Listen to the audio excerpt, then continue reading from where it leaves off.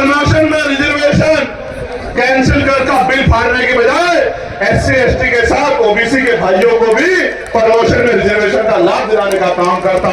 और तो इनका चेहरा कब बेनकाब हुआ और ज्यादा तब हो गया जब बात बहुजन की करते हैं, लेकिन जब UGC का कानून आया, गाइडलाइन आई, तो ये सब लोग विरोधियों के पक्ष में खड़े हो गए।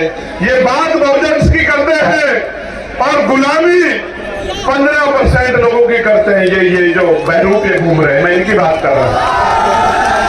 अभी आएंगे वो नीला पट्टा पहन के आएंगे, बाबा साहब की बैनर पे तस्वीर लगाएंगे, लेकिन जब आपके बच्चों के भविष्य को यूनिवर्सिटी में कुचला जाएगा, जब उनकी हत्याएं होंगी, संस्थानिक हत्याएं, जब रोहित वेमुला, पायल तन्वी, देव धमेवाल को मारा जाएगा, तो इनके मुंह से एक आवाज नहीं निकलेगी। तब ये गुलामों की तरह अपने मालिकों का साथ देंगे, अपने बहुजन गरीब समाज का साथ नहीं देंगे। प्यारे साथियों,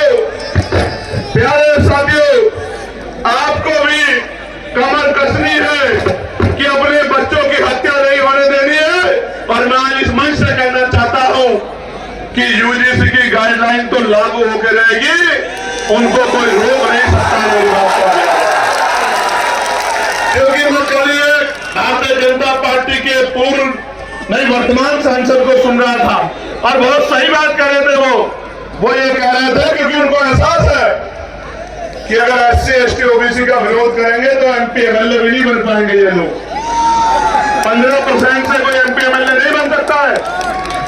मैं आपको कह रहा हूं, जो आपके अधिकारों का विरोध करे उसके लिए नारा मेरा याद रखना कि ना तो नोट उनको देना और ना वोट उनको देना जो आपके अधिकारों का विरोध करते हैं, आपके बच्चों का विरोध करते हैं। अपना नोट भी उसको देना और अपना वोट भी उसको देना जो आपके लिए सीना तान के खड़ा है, गोली की परवाह नहीं करता, जेल की परवाह नहीं करता, मुकदमे की परवाह नहीं करता, जो आपके आंसुओं पे अपना खून बहाने को तैयार है। आपको भी तैयार होना पड़ेगा उसको शक्ति देने के लिए, वरना फिर बहुत बड़ा नुकसान हो जाएगा। मेरी बात को आप याद रखना। प्यारे साथियों, हमने तय किया है कि हम सबसे बड़ा बदलाव ये करेंगे जब हम पे अवसर बनेंगे आजाद समाज पार्टी के लोगों पे, तो हम सबसे बड़ा बदलाव ये करेंगे कि हम नई शिक्षा नीति लागू करेंगे। और वो नई शिक्षा नीति क्या होगी? वो नई शिक्षा नीति ये होगी कि चाहे चीफ सेक्रेटरी हो या मुख्यमंत्री हो, चाहे मंत्री हो या संतरी हो, चाहे सांसद हो या विधायक हो, चाहे चेयरमैन हो या जिला पंचायत का अध्यक्ष हो, गांव के सरपंच और पंचायत के मेंबर से लेके और मुख्यमंत्री तक के बच्चों को और DGP चीफ सेक्रेटरी से लेके पंचायत के सेक्रेटरी के, DM SSP के, CO दरोगा जी के, ADM SDM के, कानून तहसीलदार के, सबके बच्चों को IG DIG कमिश्नर एडिशनल के बच्चों को सरकारी स्कूल में पढ़ाने का काम करेंगे। मेरी बात को आप याद रखें। अच्छा, आप सोचोगे इससे बदलाव क्या हो जाएगा? मैं आपको बताता हूं इससे बदलाव क्या होगा। इससे बदलाव ये होगा कि जब उनके बच्चों के हितों की बात आएगी तो सरकारी स्कूल की व्यवस्था ऐसी होगी कि वहां 5 स्टार होटल भी आपको कमजोर महसूस होगा, उसके सामने खोखला साबित होगा।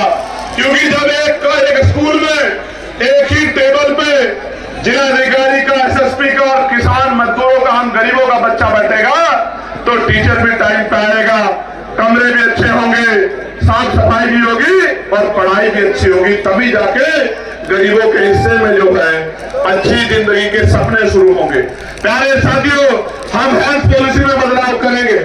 हम तय करेंगे कि जितने भी लोग कानून बना रहे हैं या जो कानून को लागू करा रहे हैं, उन सबका और उनके बच्चों का इलाज सरकारी अस्पताल में हो, बीमार होने के बाद। जितनी होगा आप देखना, मशीनें भी अच्छी होंगी, एक्सरा भी वही होगा, सारे टेस्ट भी वही होंगे और दवाइयां भी वही मिलेंगी, बिल्डिंग भी अच्छी होगी, सुविधाएं भी होंगी। तो गरीब की जेब पर जो डाका पड़ रहा है इलाज के कारण, ये डाका नहीं पड़ेगा। मेरी बात को आप याद रखना। प्यारे साथियों, हम कानून व्यवस्था को इतना मजबूत करेंगे कि किसी की हिम्मत नहीं होगी किसी गरीब की बेटी की तरफ, उसके बेटे की तरफ, उसकी जमीन की तरफ, उसकी पत्नी बहनों की तरफ आंख उठाने की मेरी बात को आप याद रखें। और जो गुंडागर्दी करेगा उसको ऐसा सबक सिखाएगी पुलिस कि दोबारा पीढ़ी में भी कोई गुंडागर्दी करने वाला माफिया नहीं पैदा होगा। मेरी बात को आप याद रखें। साथियों, ये जो केंद्र और राज्य की डबल इंजन की गुंडागर्दी की सरकार चल रही है, इस गुंडागर्दी की सरकार को सबक सिखाने का समय आ गया। मेरे भाइयों, मैं आपसे आग्रह करना चाहता हूं कि इस गुंडागर्दी का जवाब हमें वोट की ताकत से देना है। अभी वीरबानपुर में क्या हुआ? वीरबानपुर में क्या हुआ? सत्ता को खुश करने के लिए पुलिस के लोगों ने मेरी मां बहनों के ऊपर लाठियां चलाने का काम किया। पूरे गांव में कितनी मारपीट की आपको पता है। मैं इनको समझाता हूं कि भाई ऐसा काम मत करो। शराब के नशे में जाके आप गांव में अराजकता करोगे और जनता आपसे विरोध नहीं करेगी तो ऐसा नहीं हो सकता।